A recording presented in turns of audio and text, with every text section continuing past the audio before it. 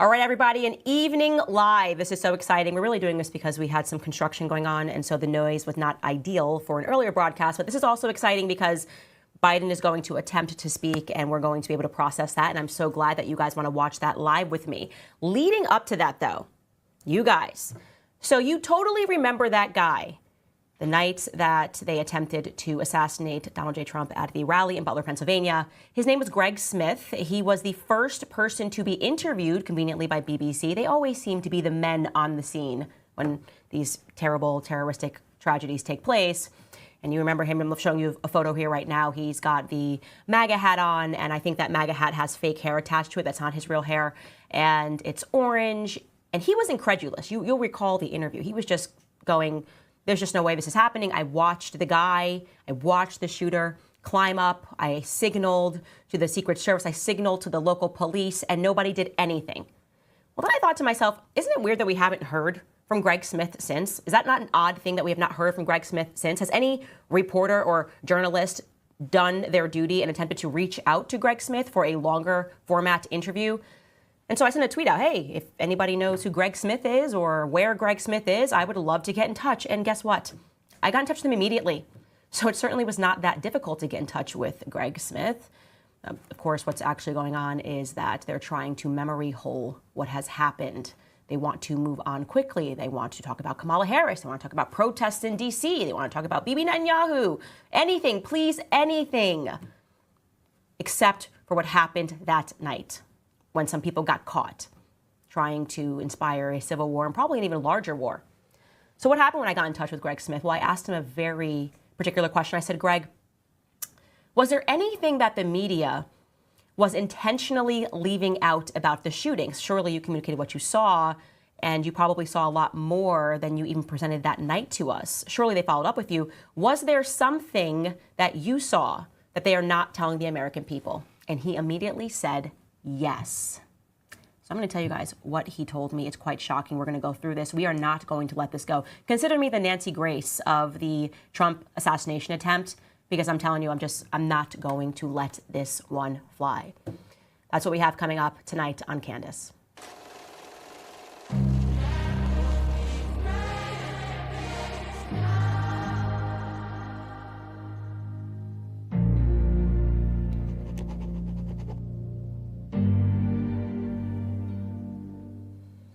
I'm going to keep reminding you that Donald J. Trump is supposed to be dead. That is a reality. There was a plan put in place to make all of America watch live as their favorite former president, who is running for re-election, was shot on stage in Butler, Pennsylvania. That didn't happen because, by the grace of God, he turned his head at the exact right moment. A lot of other things then ensued, and the BBC was on the ground, and they gave this interview or Greg Smith rather gave an interview to the BBC, and we, like I said earlier, he was just incredulous. He said, there's just no way. I can't tell you enough how much they completely allowed this to happen. He heavily implied that they allowed this to happen. So when I reached out to Greg, I said, what was the follow-up? Were you and your friends interviewed? Were you brought into an FBI bureau? Or did the feds arrive onto your doorstep asking for all of the information, asking for all of your footage? And here's what he told me. He told me, no, but the state police did that night. He said that night he sat in a police cruiser for hours and gave his testimony about what exactly it is that he saw. He said he even drew them a map. Physically, he drew a map as he was in the car. Here's where the shooter was. Here's where this was, blah, blah, blah, blah, blah. He also communicated to me that there was an unknown person who chose not to identify himself that also sat along in the police cruiser. Said he and his friends suspected that it might have been a Fed, but that person chose not to identify themselves again. And so when I asked that question, was there any information that the media seems to not be communicating that you saw that night? Here's what he said. He said, yeah, Candace, there is. It's the portion where I made it very clear that there was also a Fed of some description that was armed with a gun in a second-story building that was about 15 to 20 yards behind Thomas Matthew Crooks. So if Thomas Matthew Crooks is here, he's saying that 15 to 20 yards at a higher range, at a higher story rather, sat a Fed throughout the building. And he actually sent me this diagram I'm about to show you so that I could see what he was talking about. I said, I can't believe this. I can't believe I've heard stories about a second-story building that there may have been some Feds. It has not been clear to me that this was just 15 to 20 yards behind Matthew Thomas Crooks, right? So take a look at this. Take a look at this diagram that I'm showing you right now. You can see, and he is pointing, those are the two windows where the Feds, he is alleging, a Fed, one singular Fed, was in that window, and he very much, as you can see, would have had access to the assassin, the would-be assassin, rather. So what happened here? I said, how are you certain that that person was in fact a Fed? He said, well, because me and my friends, while we were drinking, we were looking up and we were going, oh, hey, it makes sense that this Fed is in the building. And they noticed that he had a sleeve tattoo. And they noticed this because when he perched out of the window, they saw his arms and they said, yeah, he's probably there to make sure we don't do anything crazy. You know, I don't know, but obviously it makes sense that there's going to be Feds surrounding everywhere. So you have to imagine his shock. You have to imagine his surprise when he then watched somebody scale a building with a gun, frantically tried to notify people. And that gunman, that Fed, is not taking any shots at Thomas Matthew Crooks. Does that seem strange to you? What's also strange to me, what in my head, I thought this is kind of weird because didn't we just watch Kimberly Cheadle testify that there were no Feds, or rather she said there was no Secret Service that were in a perimeter in front of the shooter, the would-be assassin? Let's run that back. It was actually when AOC was questioning Kim Cheadle. Take a listen. Is there a standard perimeter that the Secret Service establishes around an event, or are those perimeters independently determined per event and scenario? There is no standard. Every event and every venue is different and treated as such. So each event has a different perimeter that is established depending on the logistics of that event. Now, you established earlier that the building upon which the shooter operated from was outside of that established perimeter, correct, for the Butler, Pennsylvania event? It was outside of our secure perimeter, yes. Now, that building was, I believe, 500. How far away was that building from the president? It was approximately 200 yards. 200 yards. Now, the individual used an AR-15 in order to act out his assassination attempt. An AR-15 has a range of about 400 to 600 yards. My question is, why does the Secret Service perimeter, why is the Secret Service protective perimeter shorter than one of the most popular semi-automatic weapons in the United States? There are a number of weapons out there with a number of ranges. Again, an advance was completed. The determination of the perimeter, I'm not going to speak to specifics, but there are a number of factors that are taken into account when we determine our perimeter. Some of it has to do with terrain, some of it has to do with buildings, some of it has to do with assets and resources that are available.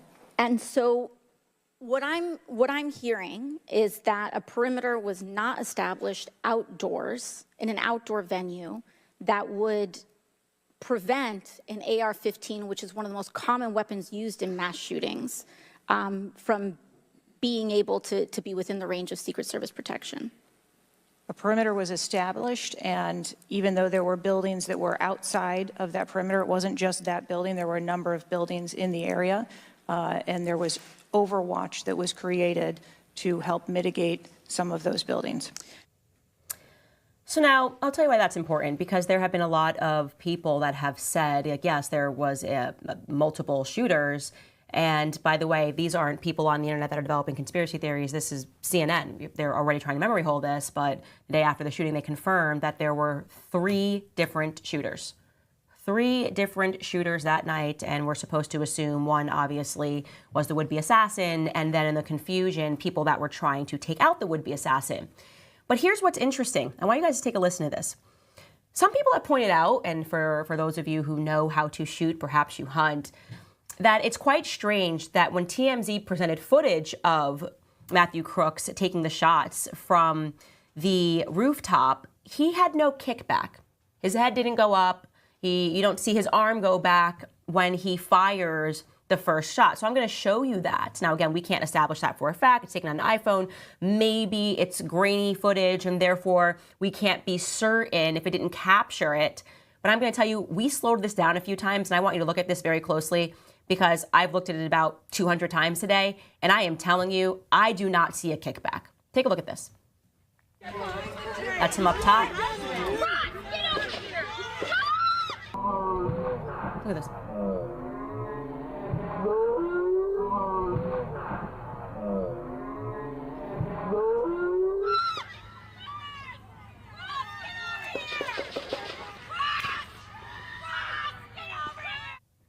Now, another thing that's interesting is that a person named Chris Martinson, he put together a very long video, which everybody should watch, and we'll include it in the links description after this video. But he basically broke down the different sounds. He too establishes that he's hearing 3 different guns, and that the first round of shots does not sound like the second round of shots that we hear. And he does a very good job breaking this down. But first, I want you to listen to the original shots that are fired so that you can hear this with your own ear, because it's actually better for you to analyze this yourself and go, well, actually, yeah, these do sound like they're coming from different weapons. So take a listen to this. And yes, you're going to hear yelling over this because we did not want to in any way edit the footage here. Take a listen. Decide for yourself, does 1, 2, and 3, do they sound the same at all compared to the other ones that you hear? Okay, and remember, we already have the analysis from audio experts elsewhere saying there's a difference between weapon A and weapon B. And I can show you that the rounds fired from weapon B were also aimed at the stage. Okay, so this is important. 2 weapons, one fires a string of 3, another fires a string of 5 or 6, depending on how we count, and off they go. And they were also out hitting the crowd and headed towards Trump. Okay, this is important because now we do not have a lone gunman anymore. Okay, so listen up. Here we go.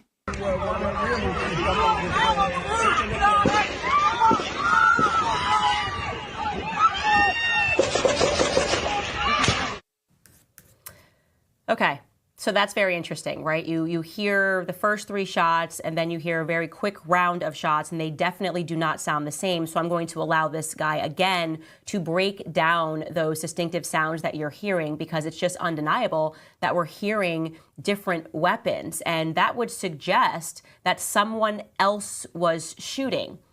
And again, there is a theory circulating that someone else took that first shot at Trump and was merely doing that in order to then be able to hoist the blame onto Matthew Crooks. Take a listen. So we're going to take a closer look at the blue, the red, the blacks here and listen to these things. But once again, let's just listen very carefully, and we'll go back and forth until you're certain of this yourself. Here's just the first 3 shots from that video. I haven't done anything, no audit. I haven't done any enhancements. This is both of these audio pieces are exactly pulled straight from the video itself. Nothing else. I haven't boosted any. I haven't done any filtering. Raw files. Okay. So, and by the way, every instinct in me was to try and minimize all the screaming, but I was like, nope. That just add, like, what did you do? And then there's questions. These are raw files. Here's 1, 2, and 3 to start. Okay. Listen to that again. And one more time. Okay, now let's listen to the next string. Ooh. Yeah. Hear that? So 6 sounds different to me, but here's an interesting thing. 1, 2, and 3, besides being muffled and further away, it doesn't have echoes. Here we have, this is a shot here, this one, this peak. Oh, darn it, I don't have my thing up again. Here we go. So this here is a shot. This is an echo. Very clearly an echo, and a shot in an echo, and a shot in an echo. So this is actually critical evidence, because you hear that, there's echoes coming off. So that also allows us, again, to analyze where was this gun. But first up, we just have an absolutely different sound between the first 3. There's no echo. It's much further away. It's more muffled. It's just not in the same place at all. But these next ones, very different sound, totally different weapons. Okay, full stop. We have two separate weapons. Plus, we have no echoes coming off of the first three, and then we do have echoes coming off of the next set.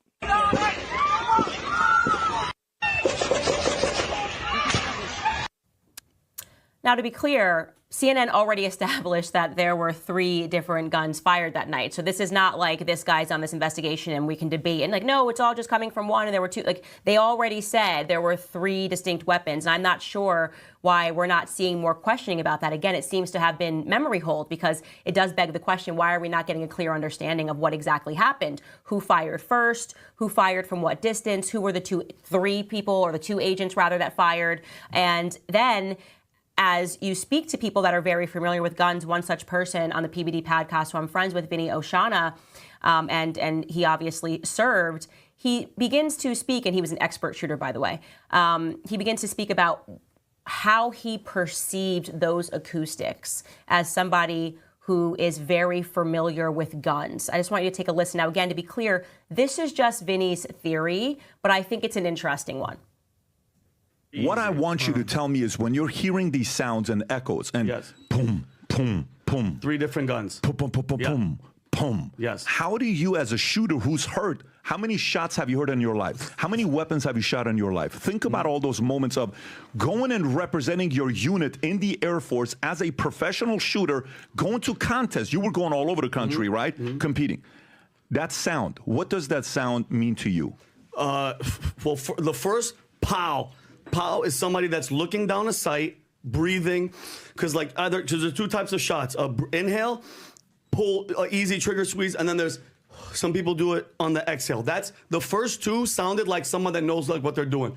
The other one was just pop, pop, pop, pop, pop, pop. It might have been a rifle, it might not have even been a rifle. And then the last one, that last one sounds like a high-powered rifle, like a kill shot. That's the last one. So what do you guys think? It seems like we're not getting any answers. Obviously, Kim Cheadle has virtually said, she said nothing, really, other than, I'm just going to have to pass this over to the FBI. But when you're hearing from people who are really familiar with guns, when you're hearing from people who have served and telling you, this sounds like a higher powered weapon, this is a different sound of a different weapon, you can tell by the rapid pace, the first 3 sounds very controlled. Do you believe that? Do you believe that we're getting the full picture? Well, let me tell you the most surprising thing that Greg Smith told me. He told me that, again, all he saw in those windows was the person when he leaned out who was in that second-story window. He only saw one person, which I find to be quite a person in that window, and they saw his sleeve tattoo. And the next time that he saw that sleeve tattoo, it was because there was a person standing over the dead body of Thomas Matthew Crooks. So we're going to show you that photo with the man holding a sleeve tattoo, with a sleeve tattoo. Now, is that the guy that was on the roof directly behind him? The story that we're getting, by the way, because they are acknowledging that there were men in the second-story building, was that, yeah, there were men in that second-story building, or a man in the second-story building, but then once Matthew Crooks got onto the roof, they ran down. Does that make any sense? Can we just all use a little bit of common sense right now to determine whether or not what I just said makes any sense? So you have a perfect shooting distance 20 yards away from a shooter that is lower than you, because you're above him, and you see that he is on the roof, and rather than taking the shot and shooting him, you decide to go down to climb his ladder and then stand above him. Again, we are just not getting the full picture here, and it's very obvious that they want us to move on. I have given you my theory. I believe that the state attempted to assassinate Donald J. Trump in order to hoist us into the next world war. I have been saying this for months on my show, and I think people are now coming around to the fact that I have been correct. I've been saying this for longer. I've been saying this on my old show, that's very obvious that the elites want World War III, right? It's the only way that they can hit that great reset button every single time. You just have to bomb a bunch of stuff, cause chaos, and then you get to assert new dominance in the world, because you're not original enough to get dominance the correct way through your ideas. And so they've been itching for war with Russia. They've been itching for war with Iran. And the first thing that they tried to sell to us was that Iran had hatched some plan to assassinate Trump at the Butler, Pennsylvania rally. Again, Does that make any sense to you? Like I said, Trump was supposed to die that night, and we were supposed to be all angry and emotional and reactive and say, yeah, now, rah, rah, rah, we want war because we want justice for whoever did this to Trump. That was their plan. It failed because he is alive today. But don't worry, now they're still going to remind us, which is going to bring me, obviously, to Bibi Netanyahu in Congress today. But before we get to that, guys, I'm going to encourage you to check out our new store, which is on Sticker Mule. It's a great website. It's packed with awesome Candace Owens merch, including stickers, t-shirts, and much more. So go to stickermule.com/Candace and check it out now. A big portion of the sales will go directly to supporting the show, supporting our mission to empower communities and to promote free thought, allowing yourself the permission to think without fear of being called a conspiracy theorist. So whether you want to show your support or just grab some cool gear, we have you covered. Once again, go to stickermule.com/Candace. So go check it out now. All right, guys, let's get into this. Everything's trending on Twitter, obviously. In case you missed it, it'd be hard for you to miss it because I'm at a place right now where I just think that the left and the right have just become the same. Do you know what I mean? Is anybody else feeling that way, that like we're just actually the same reversed at different times, and we just like pick our issue in which we become leftists and we go, okay, this is the issue where actually I don't believe in free speech. I don't believe in free anything. And I think we should send our money overseas. Like that's like kind of what it feels like, and it's usually some social justice issue. But I particularly noticed this today because Bibi Netanyahu was set to address the House and the Senate, actually, a joint Congress. And leading up to this, obviously, people were heavily upset. We knew there were going to be protests. We knew that people that are pro-Palestine were going to be outside protesting his arrival. I think actually even somebody released maggots at the hotel that he was staying at in D.C. And of course, there's only one lone congressman who has been my favorite congressman for the last 3 years. I've had him on my previous show, Thomas Massie. He was the only person who said, yeah, no, I'm good. I'm not going to attend this because why do we need to have Zelensky addressing Congress? In fact, Israel addresses our Congress more than any other country, at least since the last 20 years. They tend to address our Congress a lot. And I just don't see what the point is of that. Well, now we know it's because they want more money and they need to emotionally convince you why, as the American people, you should be okay getting to work and constantly sending your money overseas because there's some greater social justice narrative that needs to be fulfilled. So Thomas Massie right away tweeted this: today, Congress will undertake political theater on behalf of the State Department. The purpose of having Netanyahu address Congress is to bolster his political standing in Israel and to quell initial international opposition to his war. I don't feel like being a prop, so I won't be attending. Yeah, that's me. Like, that is where I'm at right now. I just think everything is a little fake and gay, as I say all the time. It's all performative. We are watching a show, and unfortunately, we are the characters in it. Like, we are the ones that are the most impacted by all of this. But I'm just so tired of watching the fake emotion of people in Congress, and when it's very obvious that all they care about is making their lobbyists happy, and there's no lobbyist that is happier than AIPAC, right? The American Israel PAC. So they tweeted instantly at him. You know, they've launched attacks on him. They've spent money trying to get him not elected, which is totally normal that we would just have them. They should have to register as a foreign agency. But they tweeted this once again. At Rep. Thomas Massie is standing with AOC and Bernie Sanders against our ally Israel. Oh, okay. I guess we're supposed to think that Thomas Massie, who has been the most consistent defender of the American people, defender of the American pocketbook, I should say, by voting against every foreign dollar overseas, no matter what country is involved. I guess we're supposed to think, oh, now he's AOC. Like, no, that's not going to work on me. I guess it works on some people. And he replied to AIPAC, good for him, because he has a spine. And he said, call me anything you want. I still won't be attending your war rally, because that's what it is, never-ending wars and a new reason to rally around the war because, oh my gosh, how could you not want war this time? 9/11, how could you not want war this time? What weapons of mass destruction, war this time? The Taliban, war this time?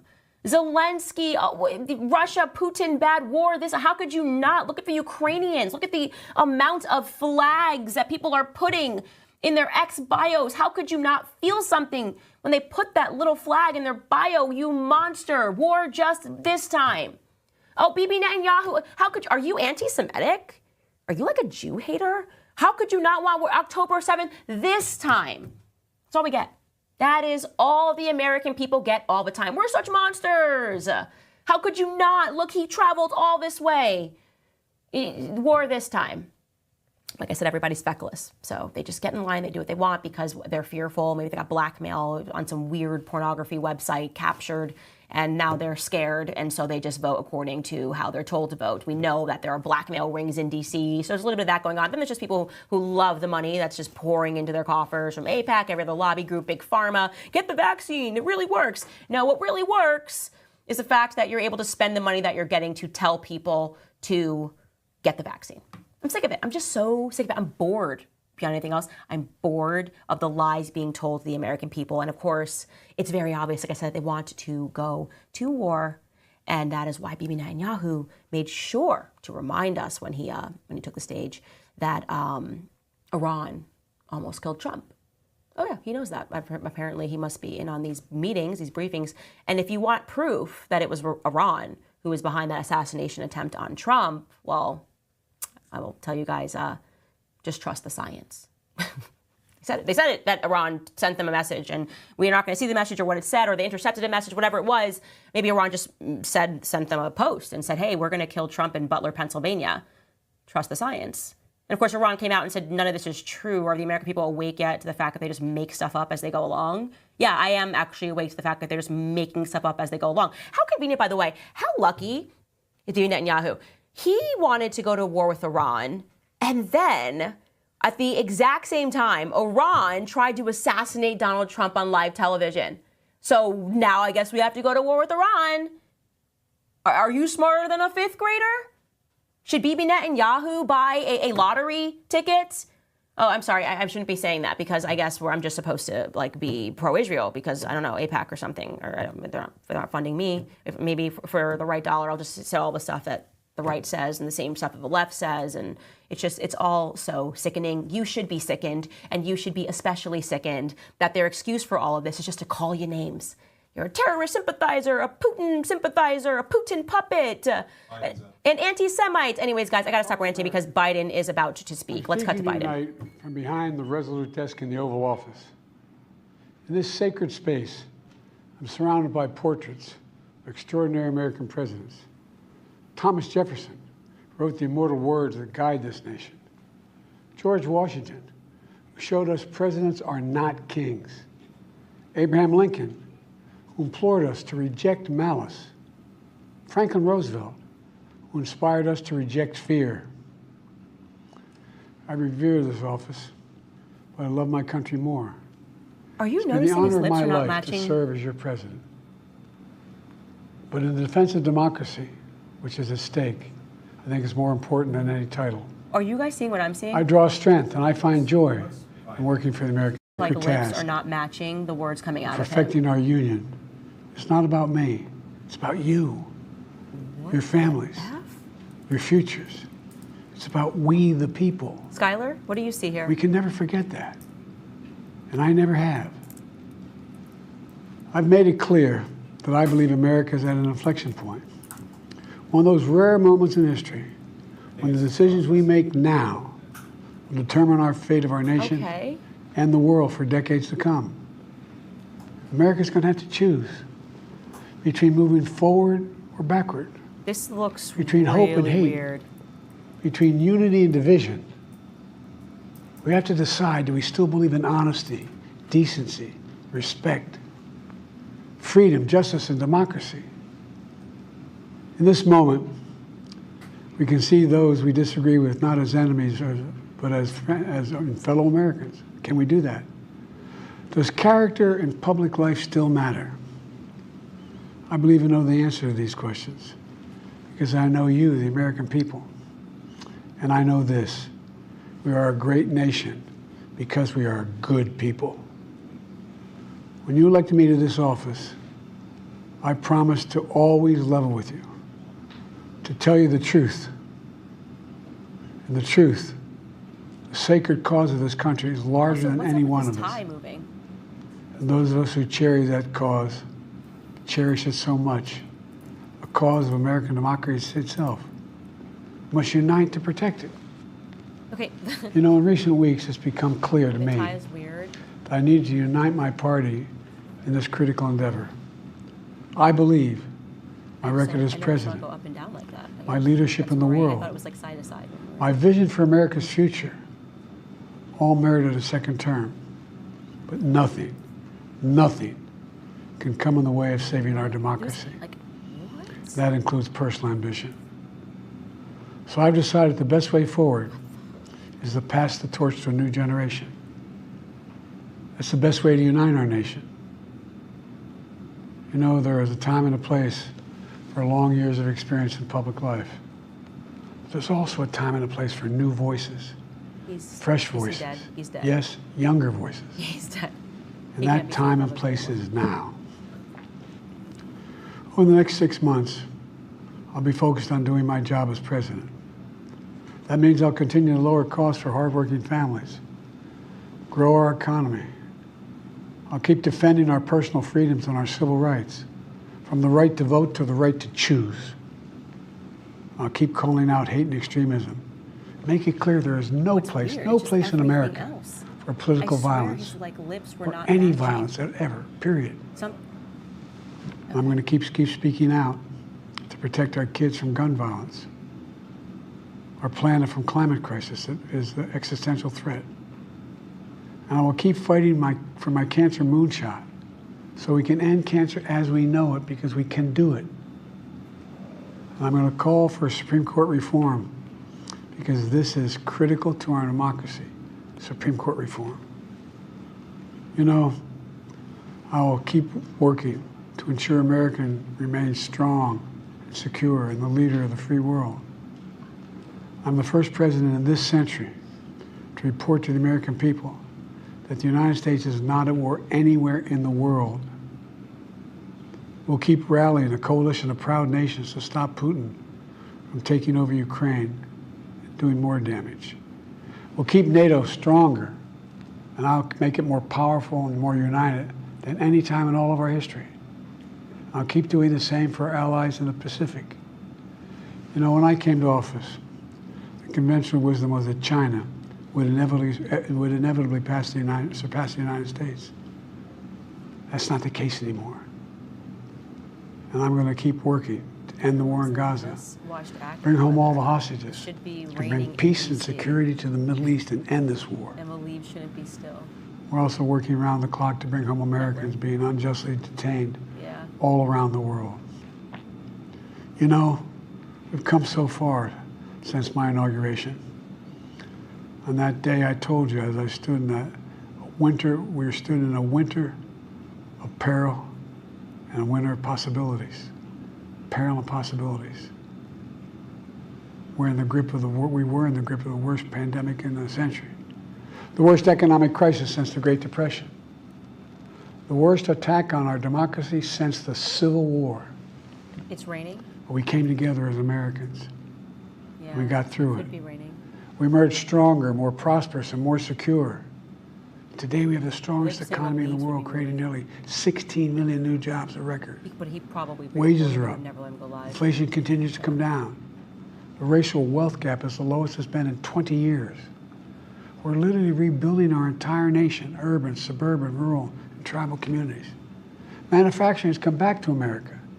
We're leading the world again in chips and science and innovation. We finally beat Big Pharma after all these years to lower the cost of prescription drugs for seniors. And I'm going to keep fighting to make sure we lower the cost for everyone, not just seniors. More people have health care today in America than ever before. And I signed one of the most significant laws helping millions of veterans and their families who are exposed to toxic materials. You know, the most significant climate law ever in the history of the world. The first major gun safety law in 30 years. And today, His ring is off. the violent crime rate is at a 50-year low.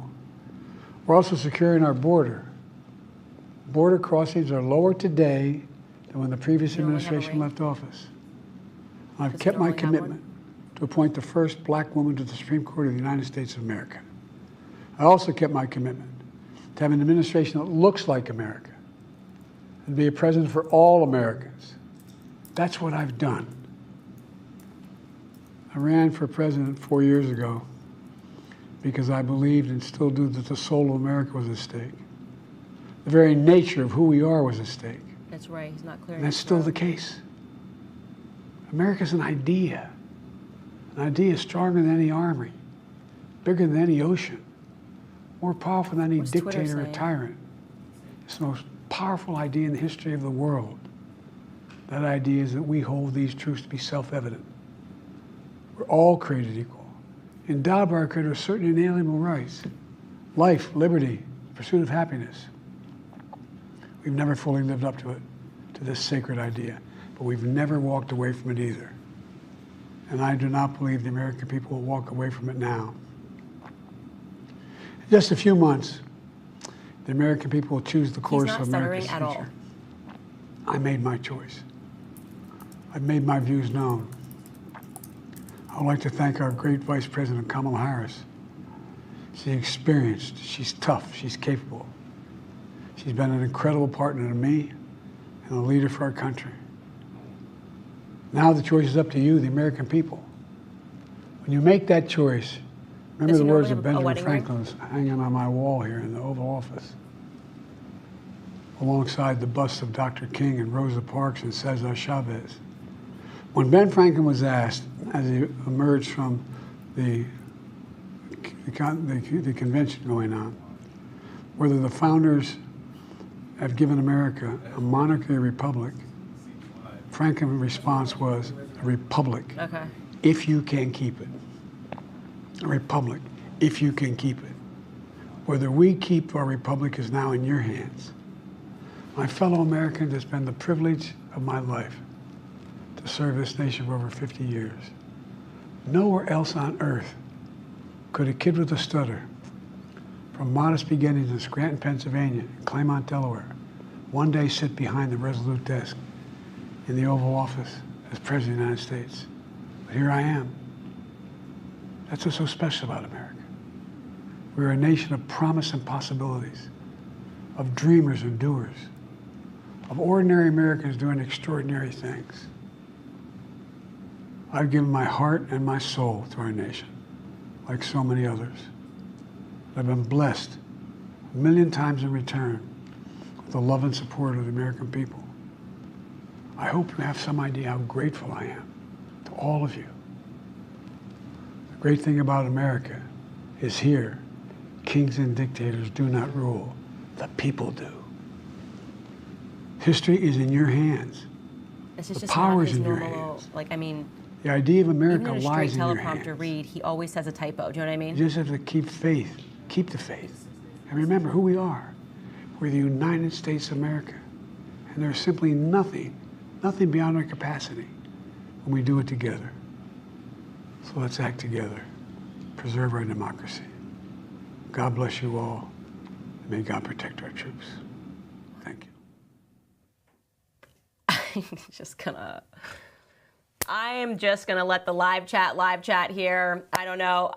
Weird, very weird. I'll tell you what I thought instantly was weird. I thought it was strange that he did not trip over his words, because even in a teleprompter read, Joe Biden, I don't think he has ever made it through a teleprompter read without misspeaking, pronouncing a word wrong, saying something funny, giving us an end quote.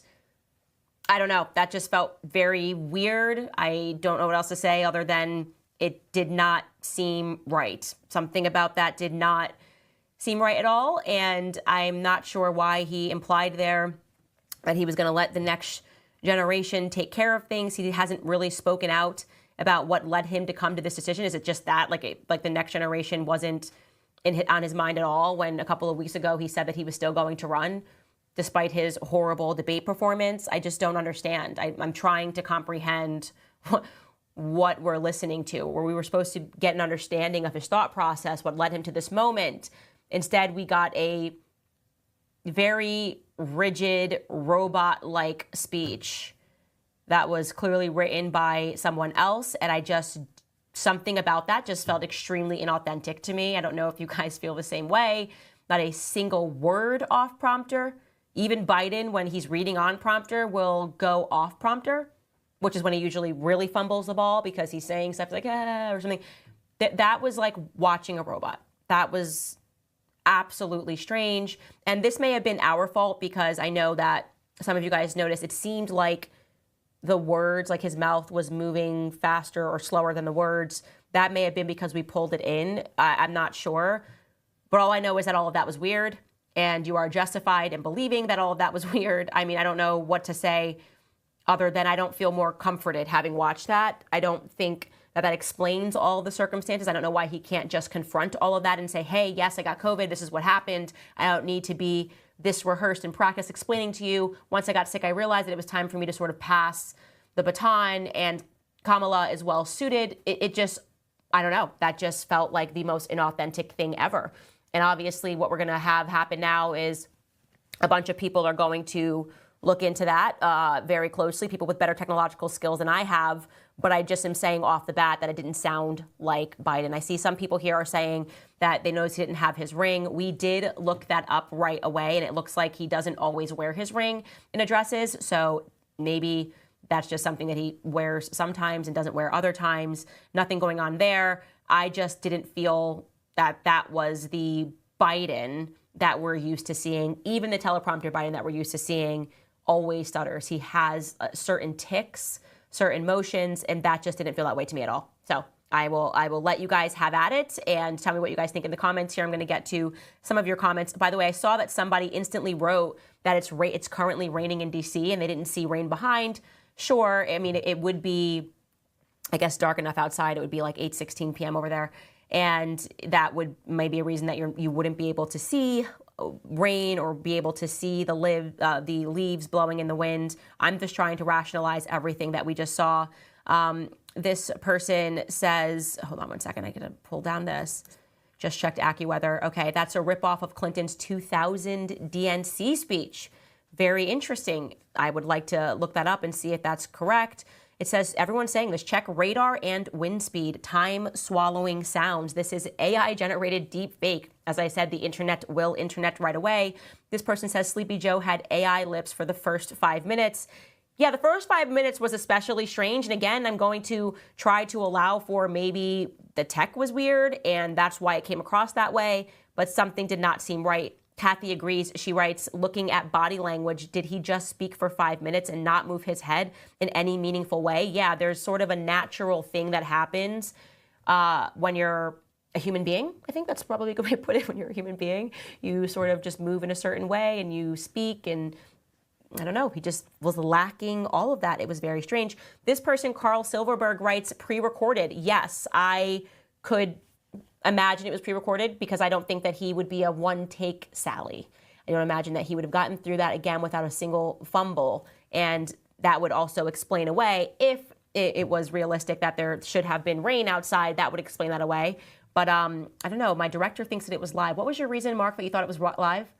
The time on his watch was accurate, so either they have really high attention to detail or it was live. So Mark is saying that the time on his watch was accurate, which, by the way, somebody would have been smart enough to just like put the timer, on 7 o'clock and get it going, and they were precisely on time, which is also something that's quite rare when it comes to Biden. Another person saying, where's his wedding ring? Sometimes it's the small details. He's being prompted by someone in front of him. He is looking up, not at the camera. Yeah, he's definitely looking up, but that's likely at a teleprompter.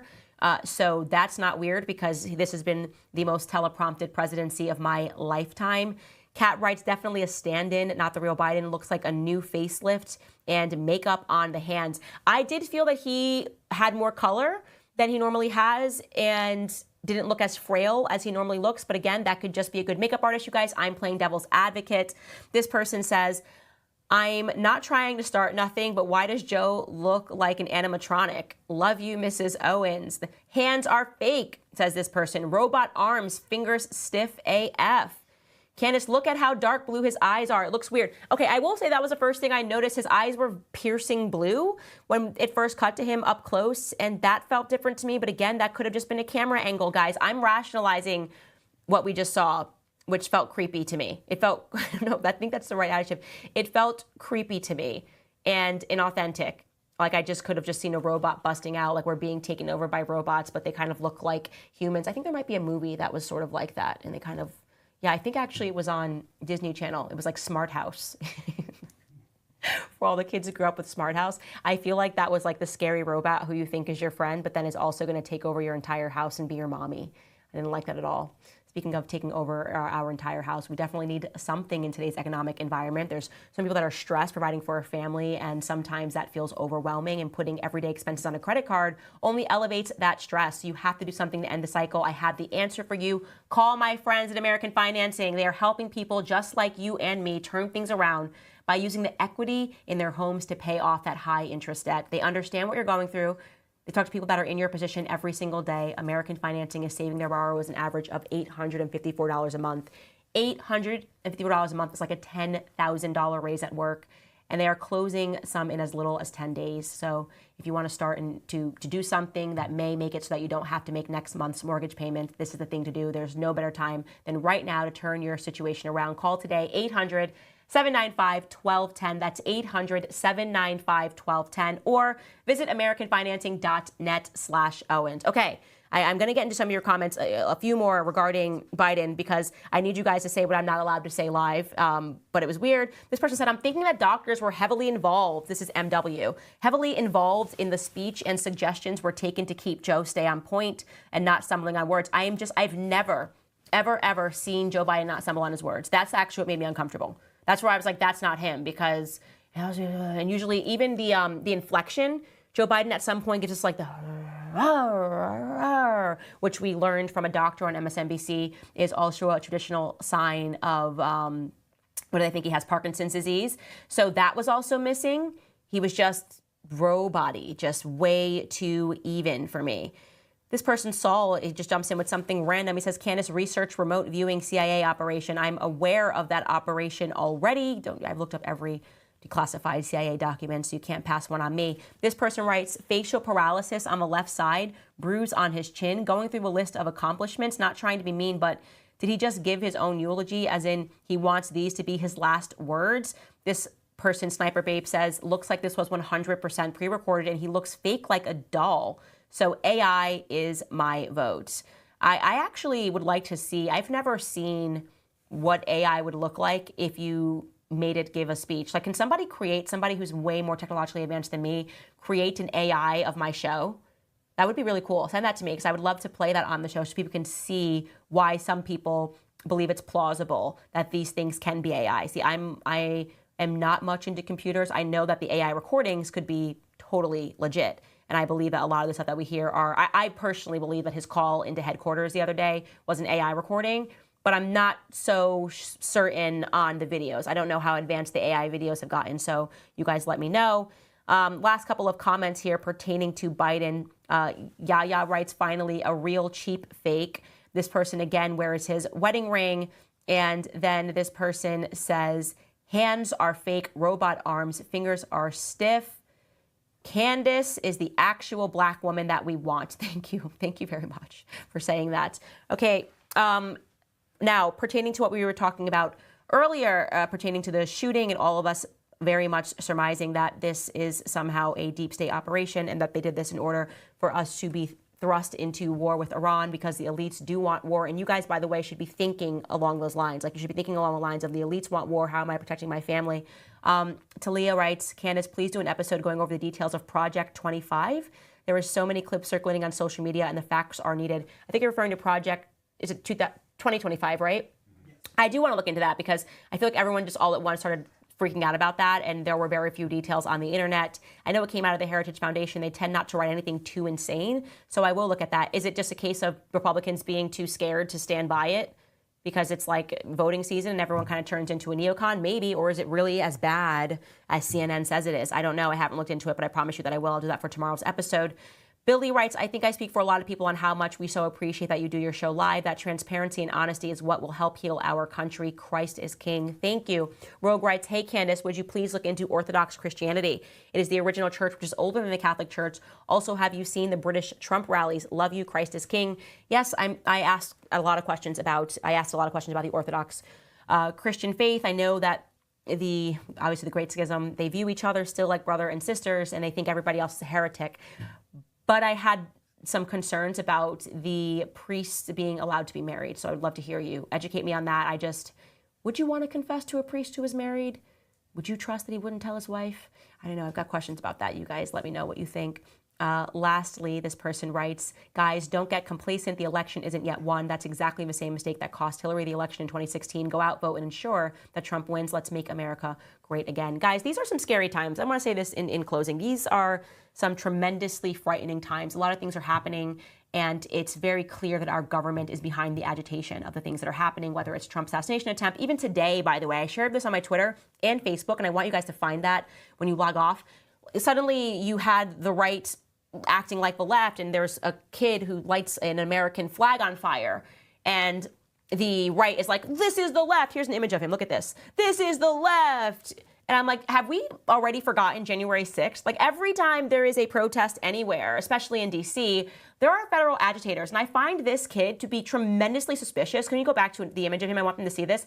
Somebody identify who this is. Not because I want him to get arrested, but because I just would like to know what individual with cameras trained on him, you look on the right there, I think somebody identified that's the Daily Caller, feels so confident in what he's doing that he lights a fire without a mask on, dances around it, he seems to be alone if you go and find the footage, and then instantly causes people on the left and the right to start yelling at each other on the internet. Like, who is that confident? If you're a criminal, you usually cover your face, but this? Like, he's at a bonfire, like, yeah, and you can see he's just agitating a bit. And so my instinct, because I am realizing that, again, the left becomes the right and the right becomes the left, is to go, no, identify this person. Don't tell me that's a leftist. Prove to me that it's somebody on the left. Because I don't trust our government. I think the purpose is always to keep us warring within ourselves. Oh, it's left. Oh, it's the right. Also a perfect opportunity to sell to the American people that anybody that's against going to war on Israel's behalf with Iran, which is kind of what Netanyahu said, like, you got to go to war with us, like, we're your greatest allies. And no one ever explains what exactly it is that Israel does for us all the time, that they're our greatest allies. Like, forget you, England, everything that we've done with you guys, this country is our greatest ally. But you look at all that situation, you go, oh, how perfect, how absolutely perfect it is that just outside now there's even more of a reason to, I don't know, I guess just like hate Palestinians and want to, I guess, rush into a war with Israel. I don't even know what the point of that is. So let's first be clear on our facts before we share them, okay? Because you know I'm against burning the American flag. Nothing makes me more upset than that, but I also know when to check my emotions, and I always check my emotions as it pertains ever since January 6th, anything that gets out of hand in Washington, D.C. Because again, these are federal agitators everywhere. I'm going to show you that guy's face one more time. Identify this young man for me. Run it through your software. Tell me who he is. Who are his friends? What school does he go to? Where does he work? That he is this comfortable being filmed just lighting an American flag, which could have, it could have been an act of arson. It could have quite literally caused an issue. I mean, I'm sure he could be arrested for that, if considering there's damage to the sidewalk. Who is this confident doing that, if not a Fed? So again, guys, that is all I'm going to say in conclusion. Do your work. Help us out. Let's figure out who that is. But stay vigilant, and make sure you check out clubcandace.com. Get yourself a Standis cup to support this show. Go to locals. Even if you give 50 cents, look at the new Standis cup, guys. These are so great. Check these out. It's so great. Conspiracy theorists on the front, and on the back it says, don't care, built different, because it's my favorite thing ever that Andrew Tate said regarding how he ignores all data because he's realized that everyone's a bunch of midwits and they can't think logically about anything. They don't use their common sense. No one uses their gut instinct anymore. They have to be told what to do. They have to be told what they're even looking at. They're like, oh, look at this plant. I'm going to wait until somebody tells me it's a plant. And it's like, do you have eyes? Do you have ears? Don't you think it's weird that the government is trying to insist you roll up your sleeves and get a vaccine? Do you really think that the government loves you all of a sudden? Well, the obvious answer is no. And I don't care. I'm built different if you want to call me a conspiracy theorist. So join the club. If you yourself are built different, head to clubcandace.com. That is the second edition Standis Cup. Those two will be discontinued once we hit 3 million subscribers on YouTube. Love you guys so much. I'll miss you. I will see you tomorrow. We will be on at the right time live at 4 o'clock p.m. Eastern. I'll see you guys then.